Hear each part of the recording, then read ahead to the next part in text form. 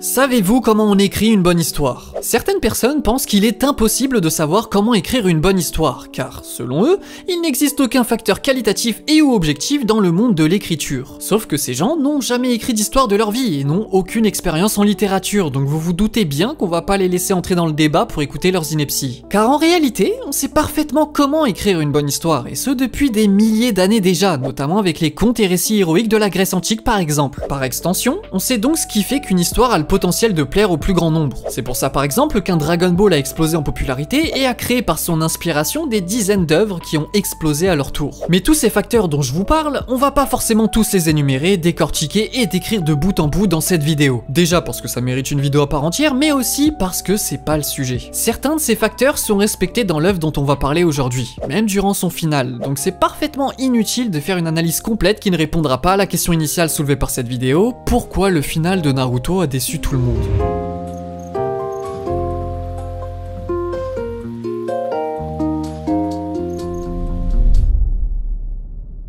Ok, commençons par les bases. Pour écrire une œuvre, on commence par créer un contexte et un univers. Ici, Naruto le fait très bien dès ses premiers chapitres, on a un univers détaillé et assez facile à comprendre dans un monde de ninja, le fonctionnement géopolitique y est expliqué, les parties socio-économiques également, bref, l'univers est bien développé, et ce, avant que l'histoire ne commence. Et ça, c'est un premier facteur. Un univers qui a une histoire avant que l'histoire que tu vas raconter ne débute permet de créer énormément de matière pour développer cette même histoire. Ça permet d'amener beaucoup plus d'idées, de sujets, et ça rend la chose plus intéressante car plus immersif pour les lecteurs. Dans notre cas à nous, on nous introduit un élément perturbateur avant même que le protagoniste n'existe, Obito.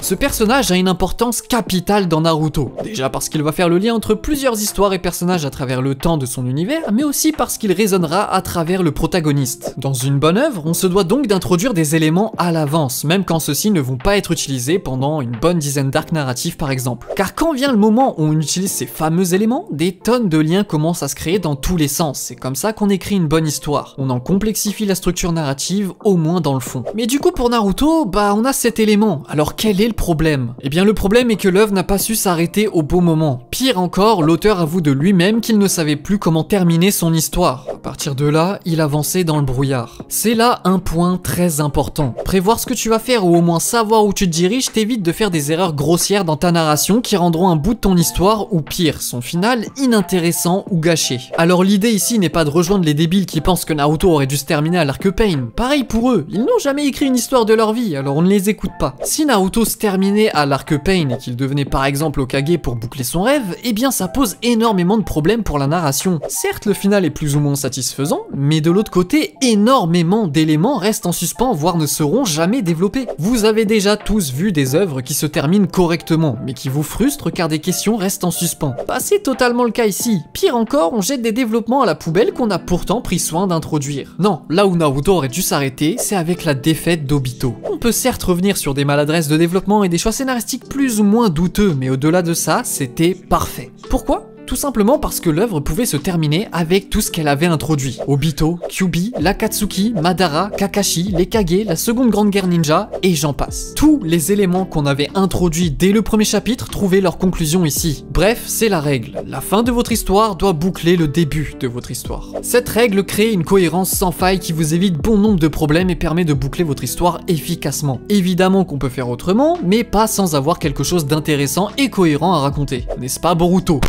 Dans Naruto, tout ce qui se passe après la défaite d'Obito est parfaitement superflu. Il y a quelques bonnes idées évidemment, mais comme dit plus tôt, c'était mal exécuté et donc assez fouillis et maladroit. Donc même si ça avait été bien écrit et que l'auteur savait où il allait à ce moment-là, c'était pas du tout nécessaire. Il s'est passé des centaines et des centaines de chapitres où l'Akatsuki agit dans l'ombre, où Obito est derrière tout ça avec un plot twist pour Madara qui était le tout premier antagoniste de son univers. C'est la figure la plus lointaine dans le temps de l'histoire qu'on nous raconte, donc que tout soit lié autour de lui n'était même pas une mauvaise idée et c'était pas spécialement mal fait de base. Donc on en rajoute une couche avec Kaguya et non seulement parfaitement inutile, mais c'est en plus se tirer une balle dans le pied étant donné qu'on n'a jamais entendu parler d'elle avant. Comme dit plus tôt, une bonne œuvre pré-introduit ces éléments. Ici c'est juste impossible, surtout quand on sait qu'aucun lien et qu'aucune mention liée de près ou de loin à Kaguya est possible. Elle sort de littéralement nulle part. Pire encore, tout le propos autour de Kaguya balaye des développements qu'on avait précédemment pris le temps d'accomplir accomplir. Je pense notamment à tout ce qui concerne la destinée via le combat Neji versus Naruto dans l'arc examen Chunin, c'est ici foutu en l'air et le propos devient extrêmement flou. Qui avait raison au final entre Neji et Naruto? Bref, cette énième couche inutile soulève plus de questions qu'elle n'amène de réponses, et on rallonge sous couvert de facilité scénaristique, de plot twist et de power-up incessant l'histoire de l'œuvre qui avait pourtant si bien commencé. C'est comme si vous construisiez une maison incroyable et à la fin, au lieu de poser votre putain de cheminée sur le toit, vous décidez de construire un putain de 3e étage qui va s'effondrer avec le reste de votre maison. C'est ça qui a fait que les fans ont été déçus. Trop de développement tue le développement, et à force d'avancer dans le brouillard, on perd le chemin qu'on a eu du mal à suivre jusqu'alors, et on finit par se perdre.